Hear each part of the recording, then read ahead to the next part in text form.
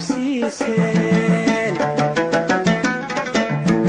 geshki dhaarsanaaye lagu dhaadanayo mar hadda dabsiiseen gacmaha a ku dhegteen dhaqdhaqaaqu diideen dhidibada oo aasteen dhannaw ciirsan waayeen dhaxal waxay u yeesheen dhamac kulul in lagu shido dhaxal waxay u yeesheen dhamac kulul in gubanimaadua geed hagaacaho midha laga gurtee kaashandhigo goyaha ka joogsada